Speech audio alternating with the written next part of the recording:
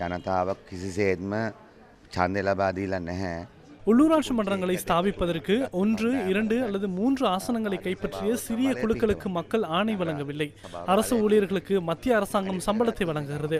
யார் அதிகாரத்தில் இருந்தாலும் அரசு ஊழியர்களுக்கு சம்பளம் கிடைக்கும்.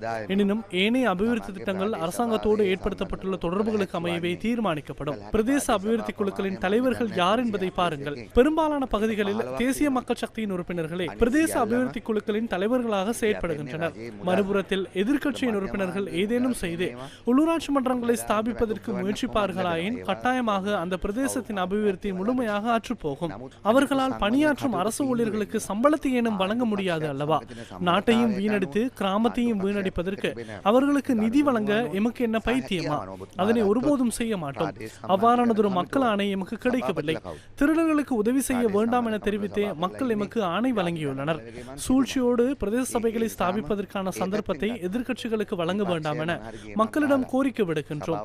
நாம் வெற்றியீட்டிய 267 பிரதேச சபைகளில் ஆட்சி அமைப்பதற்கான சந்தர்ப்பத்தை எமக்கு வழங்குங்கள். அவர்கள் வெற்றியீட்டியவற்றில் அவர்கள் ஆட்சி அமைப்பார்கள். அதுவே ஜனநாயகம்.